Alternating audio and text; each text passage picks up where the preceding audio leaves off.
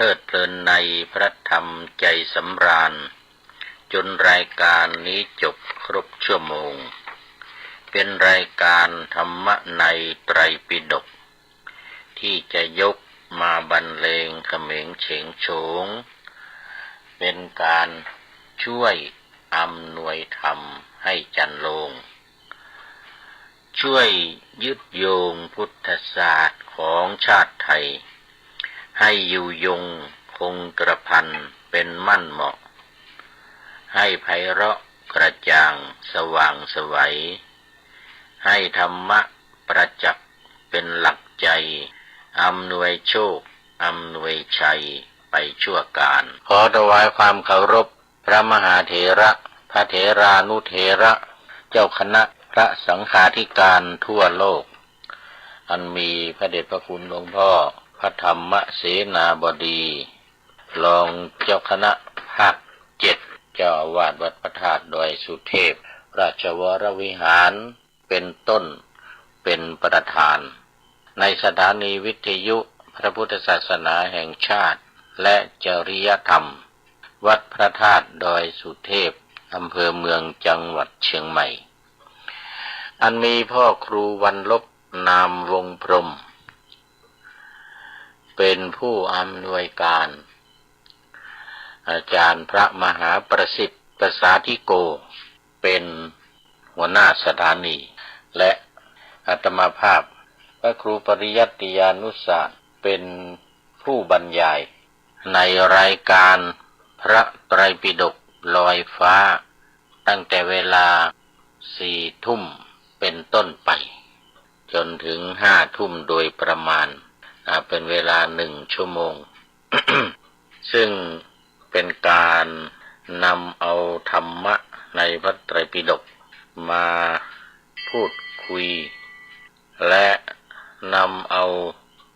เรื่องราวต่างๆในพระสูตรมาประกอบ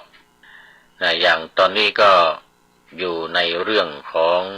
เจ้าปายาสิกสุดท้ายเรื่องสุดท้ายในพระไตรปิฎกเล่มที่10พระสุตตันตปิฎกเล่มที่10แล้วก็เป็นเรื่องที่10เรื่องเจ้าปายาสิกซึ่งก็พูดคุยกันมาหลายวันเพราะว่ามีเรื่องอุปมาอุปไมยเพิ่มเติมอยู่เรื่อยคือยังไม่ยอมกันยังไม่ยอมกันในเรื่องของพระไตรปิฎกนี่บางทีมันก็เป็นเรื่องที่ยาวหรือบางทีก็เนื้อหามันซ้ำกันบ้าง โดยเฉพาะในทีฆนิกายนี้แต่ละเรื่องนี้ก็จะเป็นเรื่องที่ยาวนะเป็นตอน ก็จะไปตัดไปรวบรัดมันก็ไม่ได้มันจะไม่สมกับรายการไม่สมกับชื่อของรายการดังนั้นก็ต้องให้รายละเอียดชัดเจนแล้วก็มีการอธิบายเสริมเพิ่มเติมหรือแสดงความคิดเห็นประกอบเข้าไปเพื่อให้เป็นที่เข้าอกเข้าใจของท่านผู้ฟังบางทีถ้าว่าไปรวบหรือย่อความให้สั้นลงมันก็จะทำให้ไม่เก็บความไว้ทั้งหมดเนื้อหาที่ซ้ำๆก็ตัดออกไปบ้างเนื้อหาที่ซ้ำๆกันก็ตัดออกไปบ้างแต่ว่าตัดทั้งหมดไม่ได้นี่อย่างเรื่องของการอุปมาอุปไมยประกอบเรื่องหลักๆเนี่ยที่เป็นประเด็นอยู่เนี่ย ก็ต้องมีอยู่ตลอดอย่างประเด็นในเรื่องนี้ก็เป็นเรื่องที่มีทิฏฐิมีความเห็นที่ไม่ตรงกันมีความเห็นแย้งกันโดยเฉพาะแย้งในเรื่องของธรรมะแย้งในเรื่องของธรรมะต้องยกอุปมาอุปไมยมาประกอบมากมายหลายอย่างแต่ละครั้งเนี่ยก็ต้องพูดถึงเรื่องเดิมเรื่องหลักที่เป็นเรื่องหลักในสูตรนี้จะได้ไม่งงหรือว่าไม่ลืมว่าเรื่องหลักนั้นมันเป็นยังไงอะไรเป็นปัจจัยที่สำคัญอย่างเรื่องนี้ต้องว่าบ่อยซ้ำอยู่เรื่อยๆก็คือเรื่องของการไม่เชื่อว่าโลกอื่นมีหรือโลกหน้าหรือสัมปรายภพหรือสวรรค์นิพพานอะไรต่างๆเนี่ยนะแม้แต่เรื่องในนรกก็ไม่เชื่อไม่มีอย่างเงี้ยนะไม่เชื่อว่ามีเทวดาไม่เชื่อว่ามีสัตว์นรกไม่เชื่อว่ามีสัตว์ที่เกิดโดยฉับพลันทันใดอย่างในเรื่องของการเกิดเนี่ยมันก็มีอยู่5อย่างใช่ไหมมีวิธีการอยู่5อย่างวิธีการเกิดของสัตว์ทั้งหลายในโลกเนี่ยคือ 1. สัตว์เกิดในครรภ์ 2. สัตว์เกิดในไข่ 3. สัตว์เกิดในเท่าไคร่ 4. สัตว์เกิดผุดขึ้นปุ๊บปั๊บอย่างเงี้ยนะเกิดขึ้นปุ๊บปั๊บก็เกิดขึ้นเลยนะสัตว์เกิดในครรภ์ก็อย่างคนเหล่านี้วัวควายช้างม้าวัวควายเนี่ยอยู่ในครรภ์ของแม่อยู่ในท้องของแม่ในครรภ์ของมารดา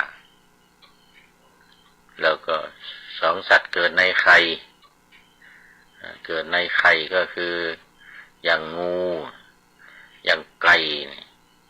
เป็ดอย่างเงี้ยนะต้องมีไข่ออกมาก่อนหรือเต่าอย่างเงี้ยนะปลาอย่างเงี้ยนี่มีต้องเป็นไข่ก่อนเป็นไข่ออกมาแล้วก็จึงออกจากไข่อีกทีหนึ่งเกิด2ครั้งเกิดออกมาเป็นไข่เสร็จแล้วก็ต้องเจาะไข่ออกจากไข่อีกทีหนึ่ง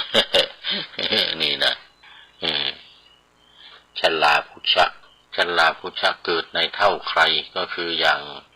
สัตว์ที่พวกหนอนเนี่ยพวกหนอนหรือสัตว์ที่เกิดจากขี้เถ้าหรือเกิดจากสิ่งของที่เฉอะแฉะของเน่าของเหม็นอะไรต่างๆเนี่ยอันนี้เป็นพวกหนอนอันนี้ก็ไม่ต้องอาศัยคันไม่ต้องอาศัยไข่แล้วก็ปาติก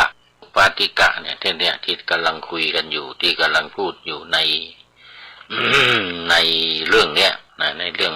เจ้าปายาสีเนี่ยเจ้าปายาในเรื่องนี้จะมีอยู่คือไม่เชื่อเรื่องเกิดผุดขึ้นโอปปาติกะเนี่ยนะโอปาติกะเนี่ยไม่เกิดผุดขึ้นมันก็เลยโยงไปถึงโลกหน้าโยงไปถึงสวรรค์ชั้นฟ้า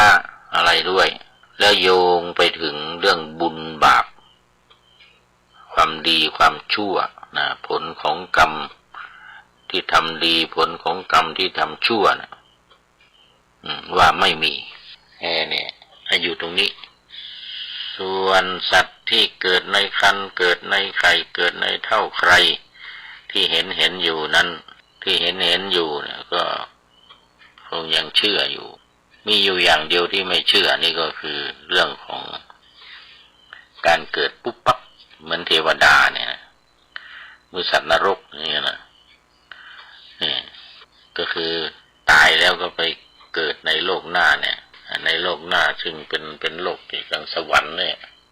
ปุ๊บปั๊บก็เป็นตัวเป็นตนเลยเทวดาเนี่ยเทวดาเป็นตัวเป็นตนเลยสัตว์นรกก็เหมือนกันนะเวลาไปเกิดแล้วนุ่นเป็นตัวเป็นตนอยู่ในนรกนู่นแล้วไม่ต้องเกิดในคันไม่ต้องเกิดในไข่ไม่ก็ในท้องของใครไม่ต้องอาศัยขี้เท่าใครอะไรต่างๆนี่เพราะฉะนั้นเมื่อไม่เชื่อเรื่อง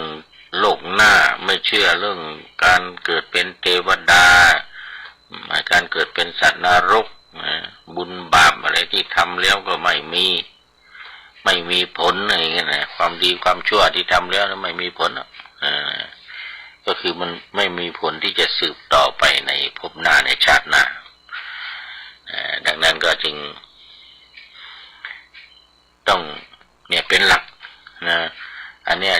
ตรงนี้แหละเป็นหลักที่ต้องไปถามท่านพระกุมารกัสสปะเจ้าปายาสินี่ก็คงยังไม่เชื่ออยู่เรื่อยๆยกอุปมาอยู่เรื่อยๆ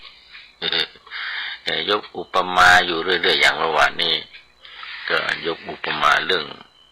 ชดินผู้บูชาไฟอันนี้ผ่านไปวันนี้ก็ยังมีอุปมาอีกหลายอย่างยังเหลืออุปมาอยู่อีกอย่างวันนี้ก็จะพูดถึงเรื่องอุปมาของนายกองเกวียน2 คน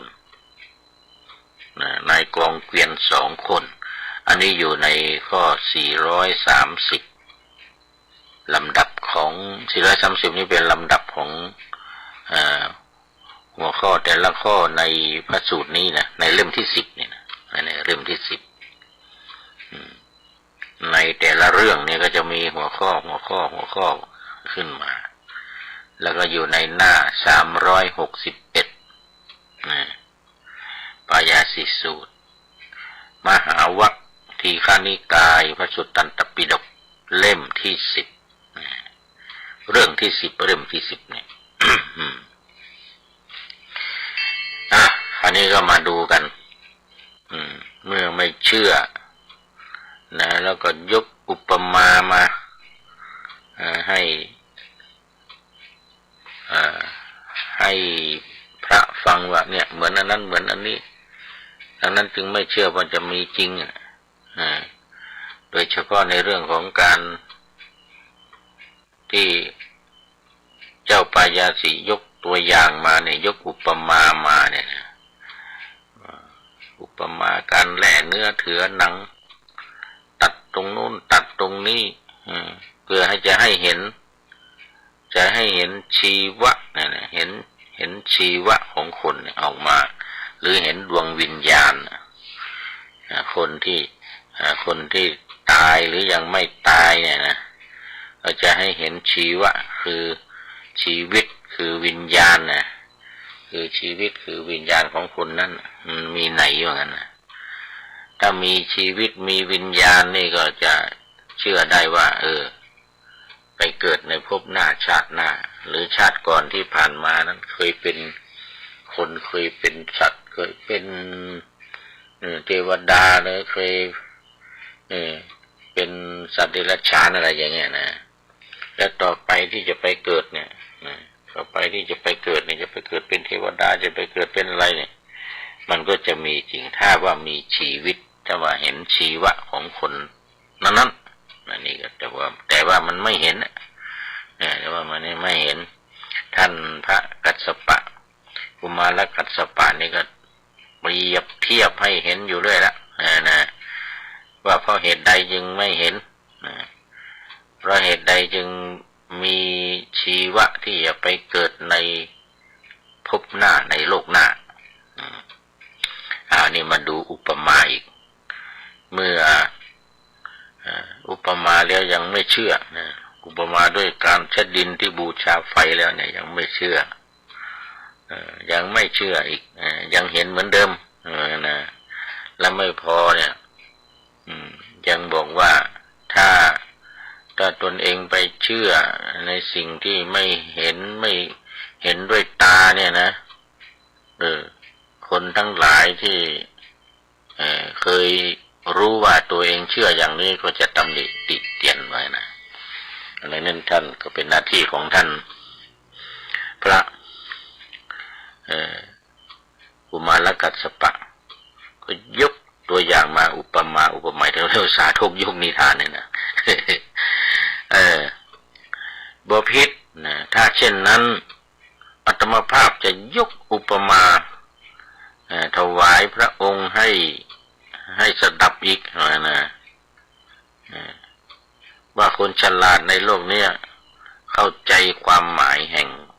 ถ้อยคำได้ด้วยอุปมาด้วยโวหารเรื่องเคยมีมาว่ามีพ่อค้าเกวียนหมู่ใหญ่มีเกวียนประมาณ 1,000 เล่มเดินทางจากแคว้นทางทิศตะวันออกไปยังแคว้นทางทิศตะวันตกขณะเมื่อเดินทางไปเนี่ยหญ้าฟืนน้ำใบไม้สดได้หมดสิ้นไปอย่างรวดเร็วในหมู่เกวียนนั้นมีนายกองเกวียน2 คนคุมเกวียนคนละ500 เล่มนายกองเกวียนทั้ง2 คนนั้นได้ปรึกษากันว่ากองเกวียนนี้เป็นหมู่ใหญ่มีเกวียน 1,000 เล่มเวลาที่พวกเราเดินทางรวมกันไปเนี่ยหญ้าฟืนน้ำใบไม้สดก็หมดสิ้นไปอย่างรวดเร็วทางที่ดีพวกเราควรจะแยกกองเกวียนนี้ออกเป็น2 กลุ่มคือแยกเป็นกลุ่มละ500 เล่มนะจึงตกลงกันแยกกันเป็น2 กลุ่มละ500 เล่มนายกองเกวียนคนหนึ่งบรรทุกหญ้าฟืนและน้ำเป็นอันมากขับเกวียนล่วงหน้าไปก่อนเมื่อไปได้2-3 วันได้พบบุรุษผิวดำในตาแดงสะพายแหล่งธนูนี่ก็คือหน้าไม้นั่นแหละหน้าไม้นะสำหรับที่เอาธนูวางน้าวสายมาแล้วก็เอาธนูวางพอปล่อยสายขึ้นสายธนูนี้ก็จะดันธนูเนี่ยพุ่งไปข้างหน้าเนี่ยไอ้แหล่งนี่ก็คือธนูเนี่ยคันธนูนั่นเองนะไอ้ที่มันเป็นร่องเป็นคันอยู่ตรงกลางเนี่ย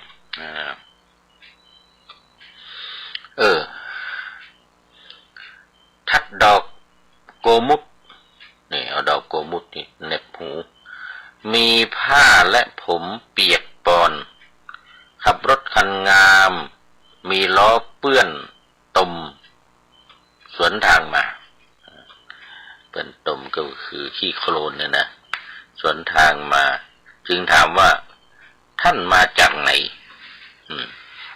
ถามว่าท่านมาจากไหนเรามาจากที่โน้นว่านะบุรุษนั้นตอบว่าเรามาจากที่โน้นบุรุษที่ว่าสวนทางมานายกองเกวียนก็ถามว่าแล้วท่านจะไปไหนบุรุษนั้นตอบว่าเราจะไปที่โน้นจะไปที่โน้นนายกองเกวียนถามว่าหนทางกันดารข้างหน้ามีฝนตกมากใช่ไหมเพราะเขาเดินสวนทางมาบุรุษนั้นตอบว่าใช่ครับหนทางกันดารข้างหน้ามีฝนตกมากหนทางมีน้ำชุ่มฉ่ำมีหญ้าฟืนและน้ำมากมายพวกท่านจงทิ้งหญ้าฟืนและน้ำเก่าเสียเถิดเกวียนท่านจะเดินทางได้เร็วขึ้นวัวก็ไม่ต้องลำบากเพราะเกวียนมันไม่หนักนะลำดับนั้นนายกองเกวียนเรียกพวกขับเกวียนมาบอกว่าบุรุษนี้บอกว่าหนทางกันดารข้างหน้ามีฝนตกมากหนทางมีน้ำชุ่มฉ่ำมีหญ้ามีฟืนและน้ำมากมายนะพวกท่านจงทิ้งหญ้าฟืนน้ำและของเก่าเราเนี่ย เกวียนเบาท่านจะเดินทางได้เร็ววัวก็ไม่ต้องลำบากพวกท่านจงทิ้งหญ้าฟืนเหล่านี้เสีย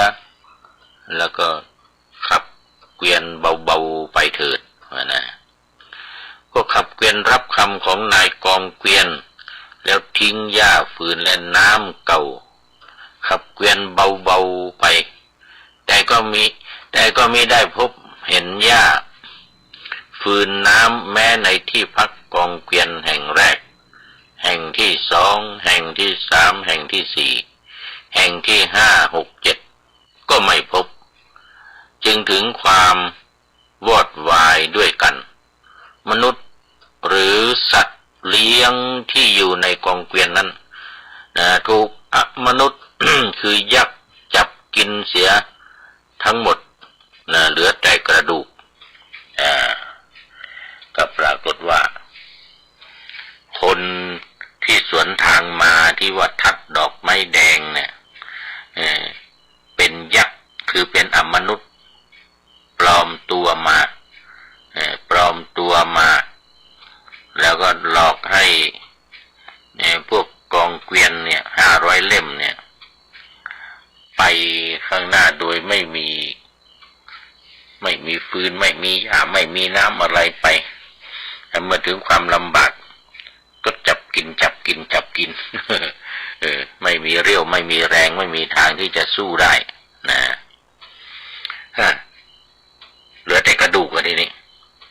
ต่อมาเมื่อนายกองเกวียนคณะที่สองรู้สึกว่าเวลานี้กองเกวียนคณะแรกได้ออกเดินทางไปนานแล้วจึงบรรทุกหญ้าฟืนและน้ำเป็นอันมากแล้วขับเกวียนไปเมื่อไปได้2-3 วันก็ได้พบบุรุษผิวดำในตาแดงสะพายแล่งธนูทัดดอกโกมุตมีผ้าและผมเปียกปอนขับรถคันงามมีล้อเปื้อนตมสวนทางมาก็จึงถามเหมือนเดิมไม่ใช่ถามเหมือนเดิมคือถามเหมือนกองเกวียนเก่านาย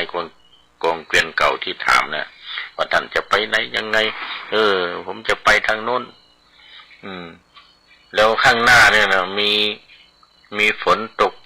ชุกไหมมีหญ้ามีเกวียนมีอะไรมากไหมเหมือนกันบุรุษนั้นก็ตอบเหมือนเดิมมาแหละแล้วแนะนำให้นายกองเกวียน500เนี่ยทิ้งเหมือนเดิมทิ้งหญ้าทิ้งฟืนทิ้งเกวียนอะไรต่างๆทิ้งฟืนทิ้งน้ำของเก่าตรงเองให้หมดเหมือนกันนะแล้วเดี๋ยวไปข้างหน้าเนี่ยเดี๋ยวก็มีเยอะแยะนั่งรถเก่าๆไปก็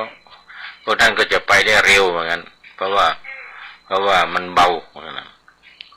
วัวก็จะไม่ลำบากนะเพราะว่าเกวียนเบาๆนะ พวกขับเกวียนบุรุษเดี๋ยวก่อน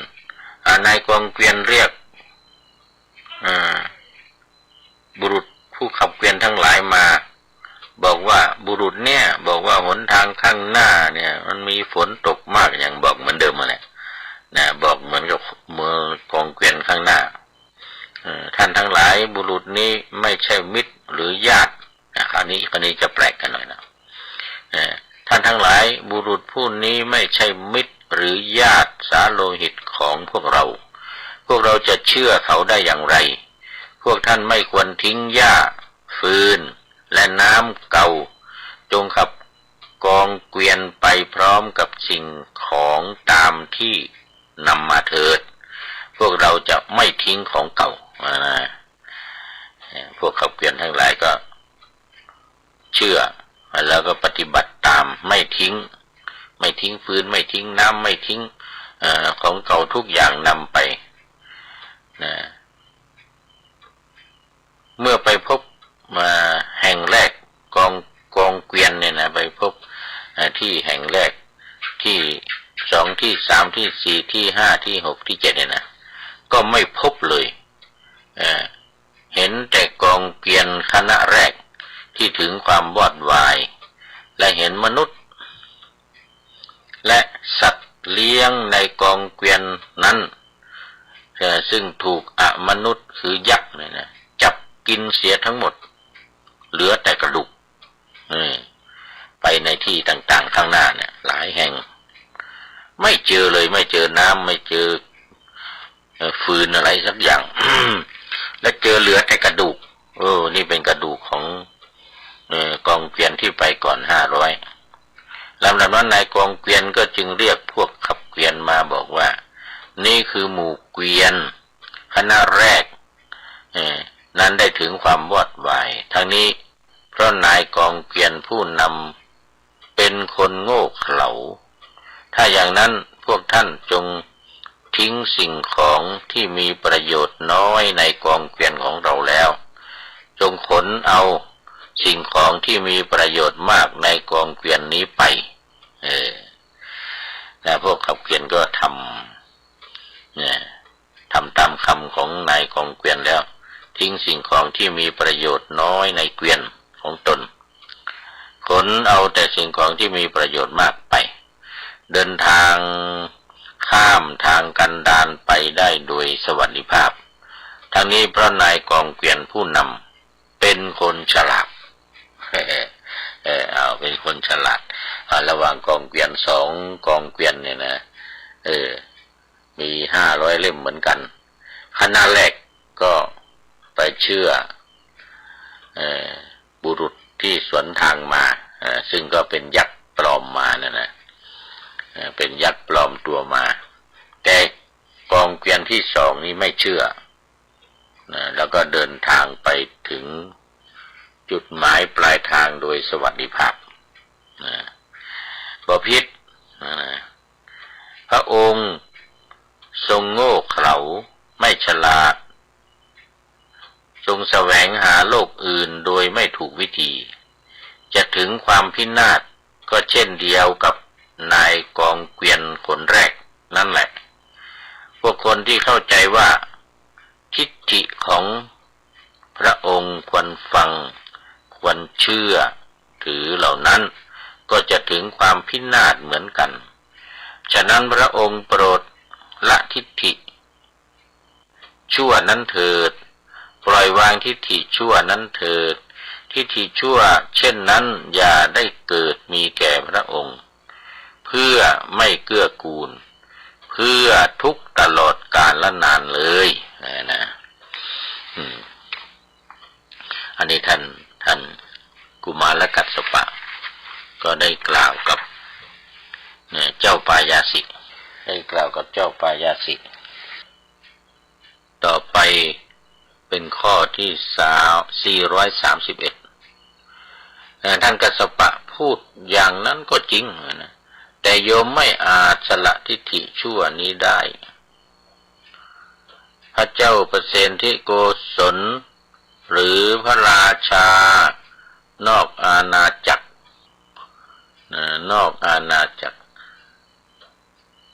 เขาก็รู้จักโยมว่าเจ้าปายาสีเนี่ย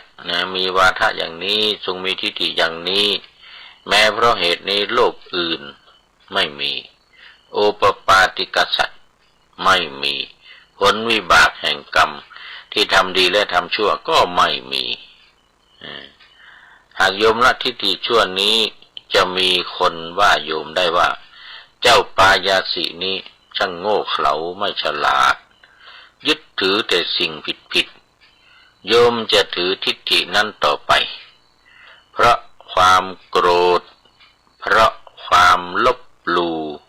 เพราะความแข็งดีมันคือมีความโกรธคือมีความลบหลู่มีความแข็งดีนะ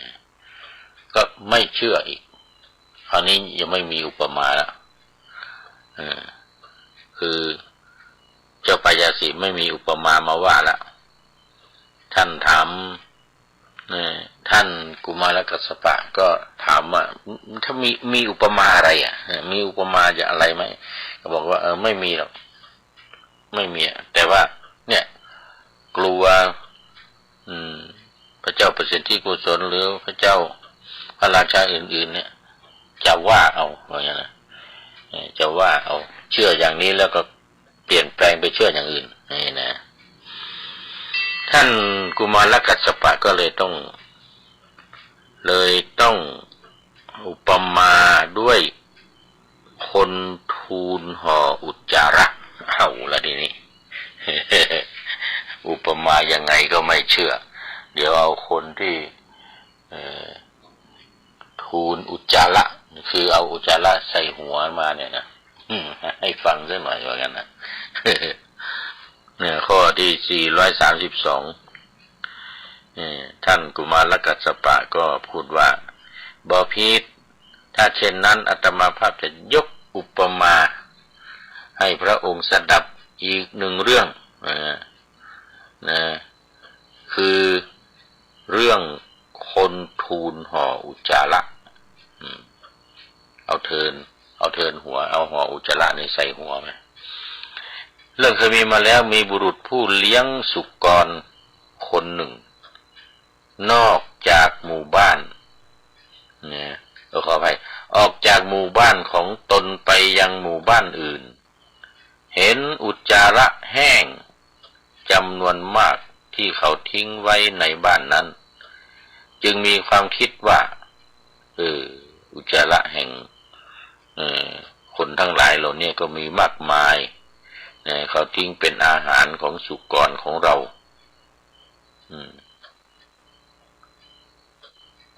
ของที่เขาทิ้งเนี่ยมันเป็นอาหารของสุกรของเราทางที่ดีเราควรนำอุจจาระแห้งเหล่านี้นะไปจากที่นี้จึงปูผ้าห่มลงแล้วโกยเอาอุจจาระแห้งจำนวนมากผูกเป็นห่อทูล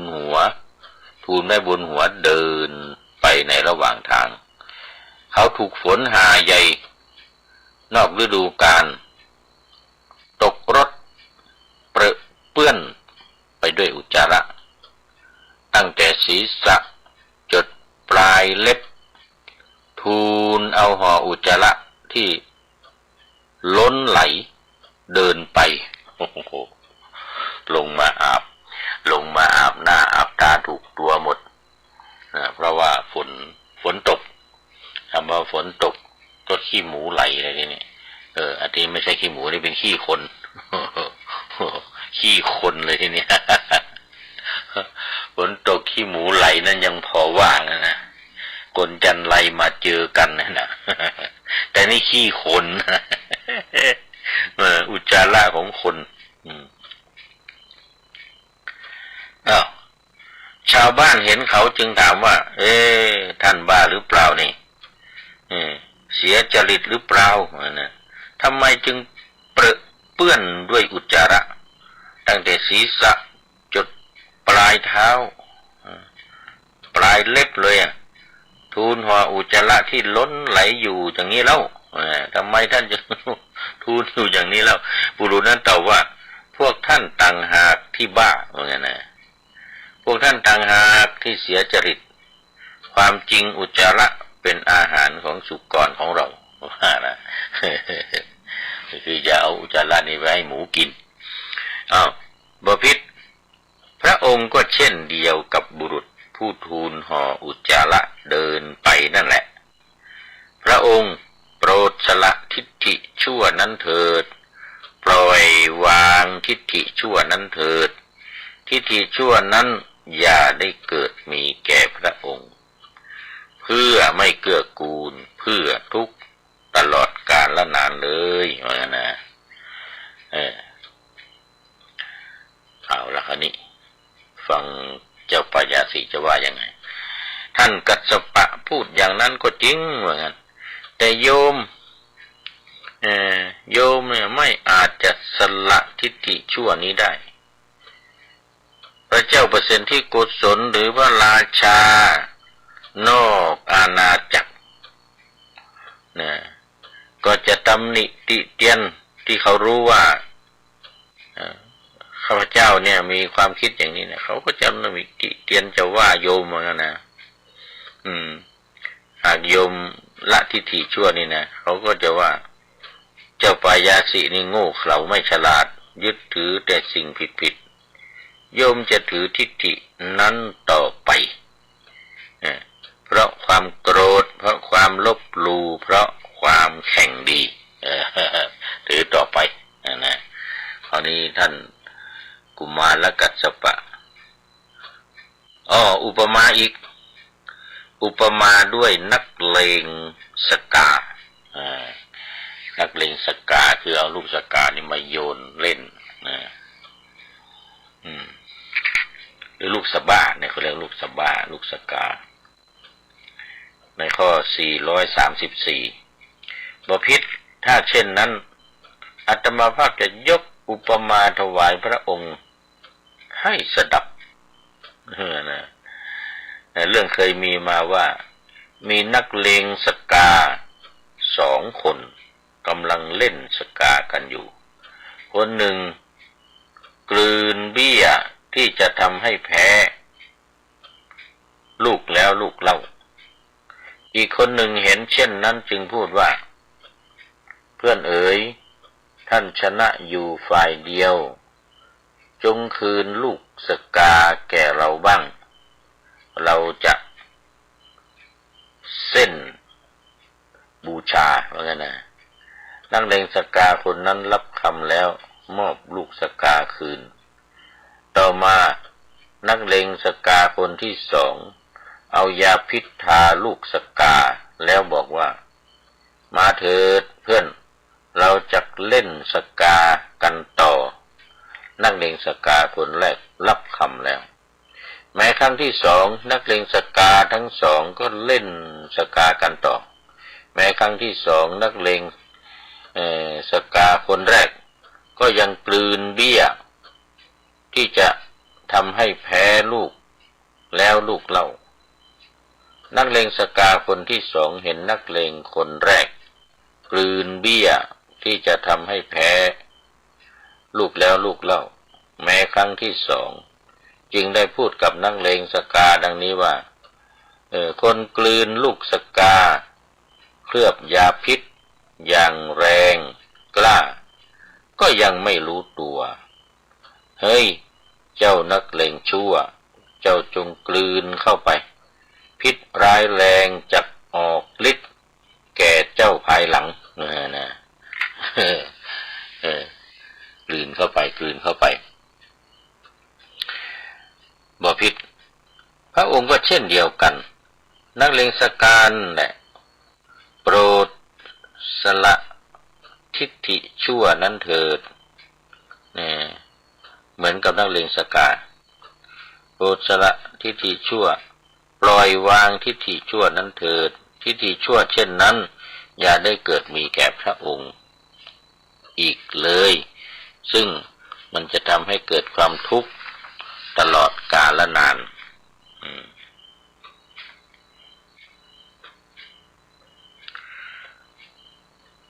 ท่านกัสสปะในข้อ435ท่านพูดอย่างนั้นก็จริงนะแต่โยมก็ไม่อาจสละทิฏฐิชั่วนี้ได้เพราะว่าเขาเกรงว่าเจ้าประเสนที่โกศลหรือพระราชานอกเนี่ยก็จะตำหนิติเตียนข้าพระองค์อีกนะจะตำหนิติเตียนข้าพระองค์ว่าโอ้ละทิฏฐิมาละทิฏฐิที่เคยยึดถือเคยปฏิบัติละทิฏฐิที่เคยถือที่เคยปฏิบัติทำไมเป็นโง่เป็นคนโง่คนเขาทำไมข้าพเจ้าจะเชื่อต่อไปข้าพเจ้านี่จะยึดถือทิฏฐินี้ต่อไปเพราะว่าไม่พอใจเพราะว่ามันเป็นการลบหลู่กันเนี่ยเป็นการลบหลู่กันเป็นการแข่งดีกันว่างั้นนะเอาละวันนี้ยกอุปมามาหลายอย่างแล้วนี่อุปมาคนอะไรบ้างเนี่ยกองเกวียน500แล้วก็อุปมาคนทูลอุจจาระอุปมาด้วยนักเลงสกา3 อย่างยังไม่ยอม ยอมท่าน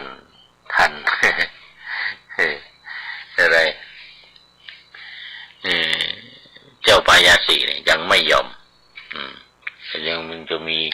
อุปมาอีกต่อไปอีกหลายอย่างเนี่ยอุปมาโดยคนหอบเปลือกปานอุปมาอีกหลายอย่างเดี๋ยวเอาไว้แค่นี้ก่อนเอาไว้แค่นี้ก่อนเดี๋ยวคอยดูอุปมาอันต่อไปค่อยมาว่ากันตอนนี้มาทบทวนแล้วก็เอาบทประพันธ์เอาบทประพันธ์มาว่าสู่กันฟังเล็กๆน้อยๆเดี๋ยวจะไม่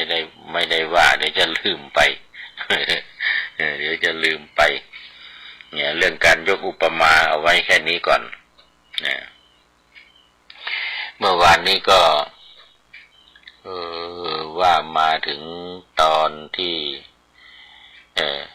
พระพระองค์สั่งปรงชีวิตมันเป็นการผิดศีลธรรมผิดวิถีแห่งมนุษย์ชนบนโลกนี้ขอจงมีวิจารณญาณอันนี้ว่ามาหน่อยหนึ่งว่าการไปสั่งให้ฆ่าคนเนี่ยมันผิดศีลธรรมนะมันไม่ใช่วิถีทางธรรมไม่ใช่วิถีของมนุษย์นะว่างั้นนะมันไม่ใช่วิถีของมนุษย์นะแต่ว่าเจ้าปายาสีก็ยังไม่เชื่อก็ยังเหมือนเดิมยังเหมือนเดิมคือยังเชื่อว่าโลกหน้าไม่มีบุญบาปไม่มีสัตว์เกิดปุ๊บปั๊บเหมือนเทวดาเนี่ยเหมือนสัตว์นรกอย่างนี้ไม่มีนะแล้วท่านกุมารกัสสปะก็ยกตัวอย่างอุปไมยตอบโต้กันจนมาถึงอันสุดท้ายนี่ที่อุปมาด้วยนักเลงสกาแล้วนี้เปลี่ยนบรรยากาศมาฟังบทประพันธ์กันนั่นเล็กๆน้อยๆก่อนที่จะจากลากันไปในค่ำคืนวันนี้ เมื่อยังไม่ยอมก็จะอุปมาให้ฟังเหมือนกับอุปมาที่ว่ามาแล้วนั่นแหละตมภาพจากอุปมาคนเป่าสังพาสังไปปัจจันตชนบทยืนกลางหมู่บ้านเป่าขึ้น3 วานแล้ววางบนดินอันนี้เป็นเรื่องที่คนเป่าสังเรื่องคนเป่าสังลำดับนั้นชาวบ้านแตกตื่นว่าเสียงคลึกครื้นที่เราได้ยินเป็นเสียงของใครเหมือนน้ำไหลรินเพราะปานจะกินสนอจับใจจึงพากันล้อม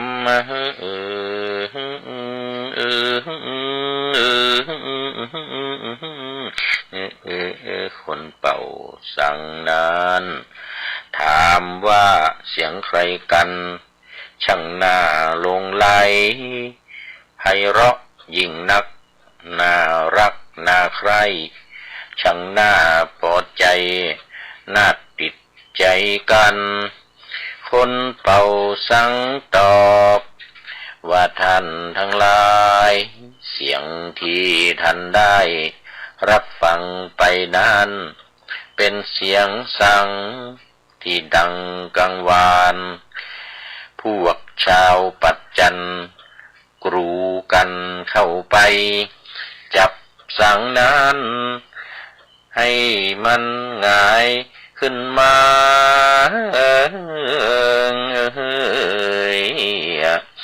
แล้วสั่งว่าพูดสิสังใหญ่พูดสิเหมือนกันนะ ไม่ว่าพวกเขาจะสั่งอย่างไรสั่งนั้นก็ไม่ส่งเสียงออกมาพวกเขาจับสั่งให้คว่ำหน้าลงสั่งก็ไม่ส่งเสียงดังอย่างว่าจับให้ตะแคงสองข้างสองครายกสูงขึ้นมาและวางต่ำลงใช้ฝ่ามือและถือท่อนไม้เคาะสั่งลงไป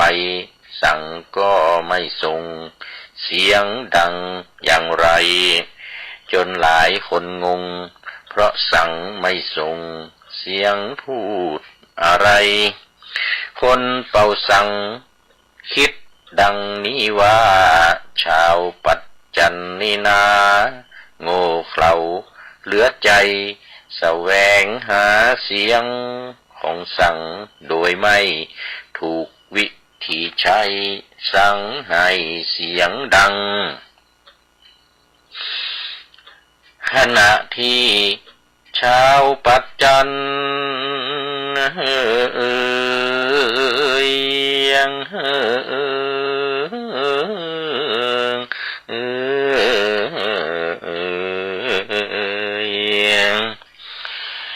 ชาวปัจจัน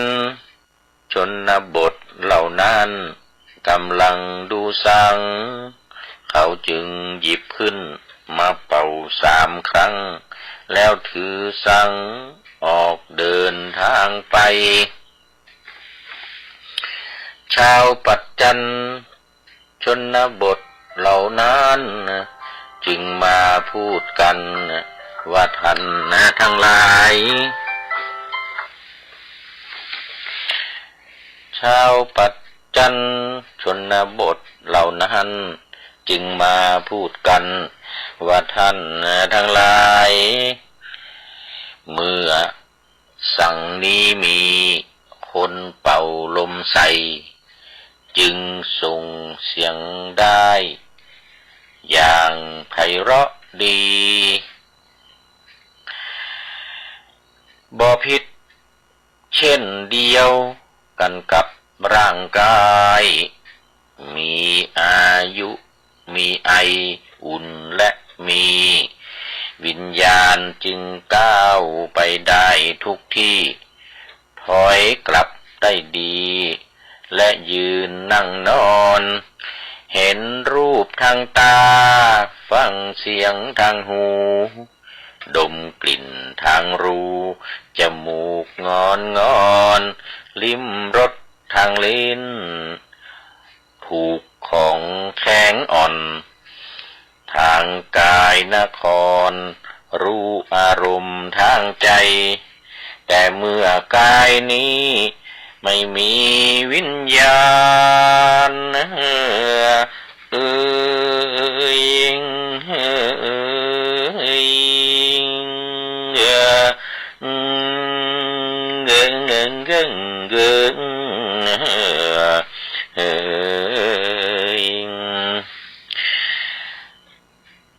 แต่เมื่อกายนี้ไม่มีวิญญาณไม่มีสังขารไออุ่นก็ไม่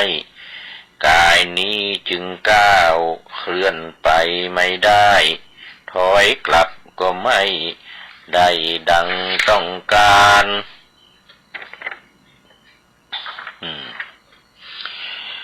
บ่ผิดด้วยเหตุแห่งพระดำรัสที่พระองค์ตรัสมาแล้วอย่างนั้นจึงแสดงว่าโลกอื่นมีกันสัตว์เกิดฉับพลันและผลกรรมมีอันนี้ท่านกัสสปะก็ชี้แจงแล้วก็บอกว่าโดยเหตุที่ท่านพูดว่าสังเนี่ยมีคนเป่ามีลมมีความพยายามเนี่ยมันก็จึงมีเสียงดังก็เหมือนคนเรานี้ก็เหมือนกันนะทั้งมีอายุยังมี มีวิญญาณมีไออุ่นอยู่เนี่ยก็สามารถที่จะก้าวไปได้นะที่สามารถที่จะก้าวไปได้ถอยหน้าถอยหลังถอยหลังก็ได้เนี่ยเห็นรูปเห็นเสียงอะไรด้วยตาด้วยจมูกก็ยังมีอินทรีย์มีวิญญาณนะมีอายุมีอินทรีย์มีวิญญาณก็จึงเห็นอะไรได้นะเห็นรูปเห็นเสียงได้ยินเสียงด้วยหูอย่างเงี้ยดมกลิ่นด้วยจมูกอย่างเงี้ยนะแล้วก็ดมกลิ่นด้วยจมูกลิ้มรสอะไรเนี่ยก็ด้วยลิ้นอะไรเนี่ยมันได้เพราะอะไรเพราะว่ายังมีชีวิตมีวิญญาณก็คือมีชีวะนะมีชีวะที่เจ้าปายาสีบอกว่าไม่มีชีวะไม่เห็นชีวะนะท่านกัสสปะพูดมาก็จริงแต่ว่าทุกสิ่งไม่มีอยู่ดีโยมก็ยังเชื่อว่าในเรื่องนี้คงจะไม่มีในโลกต่อไปอุปมาเหมือนเมื่อราชบุรุษจับมนุษย์ผู้เป็นโยนมาให้โยมสั่งให้เชือดผิวหนังเร็วไวบางทีจะได้เห็นดวงชีวีพวกเขาก็เชือดนะ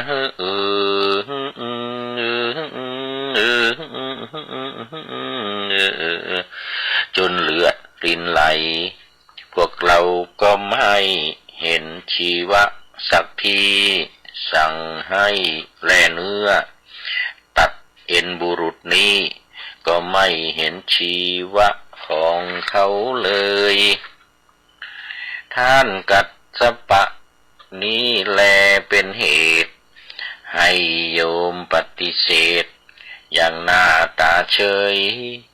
โลกอื่นสัตว์เกิดปุบปับขึ้นเลยโยมขอเฉลยว่าไม่เคยมี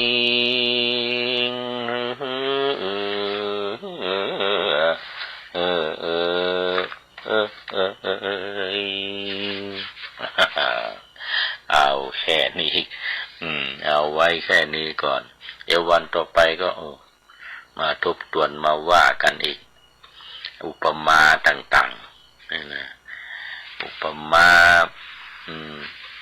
คนหอบอุจจาระคนทูลอุจจาระใส่หัวอะไรอย่างนี้นะอุปมาผู้บูชาไฟอุปมาอะไรคนนักเลงเล่นสกกาอะไรต่างๆนี่ก็เดี๋ยววันต่อไปก็นะค่อยเอามาว่ากันอีกแก้ง่วงแก้เงาไป สำหรับรายการเพื่อนคนนอนดึก ก็ทราบว่ามีคนฟังกันไม่กี่คนนะหลายคนบอกว่ามันดึกมันหลับกันไปแล้วนี่ บางคนหลับแล้วยังตื่นมาฟังก็มี ก็ไม่เป็นไรนะหลับแล้วก็หลับไปตื่นมาเมื่อไหร่ก็ฟังกันต่ออีกในเรื่องราวที่สำคัญเรื่องราวของพระไตรปิฎกนี่นะเป็นเรื่องราวที่บางทีเราก็ไม่ค่อยได้ฟังกันเท่าไหร่พระไตรปิฎกเราก็ไม่ค่อยได้อ่านกันอันนั้นเวลาว่างๆเวลาที่พอมีเวลาที่จะฟังที่จะพูดคุยกันที่จะฟังเรื่องอะไรต่างๆในคัมภีร์สำคัญทางพระพุทธศาสนาเหล่านี้ก็น่าจะได้ฟังกันตามโอกาสตามเวลาคนเราพออยู่ด้วยกันนานๆก็มักจะมองข้ามความรู้สึกของคนที่อยู่ด้วยอำนวยชัยเป็นเพราะความเห็นแก่ตัวมีความสุขกายมีความเลยมองแต่เรื่องของตัวเองได้รับความปรารถนาดีจากอาตมา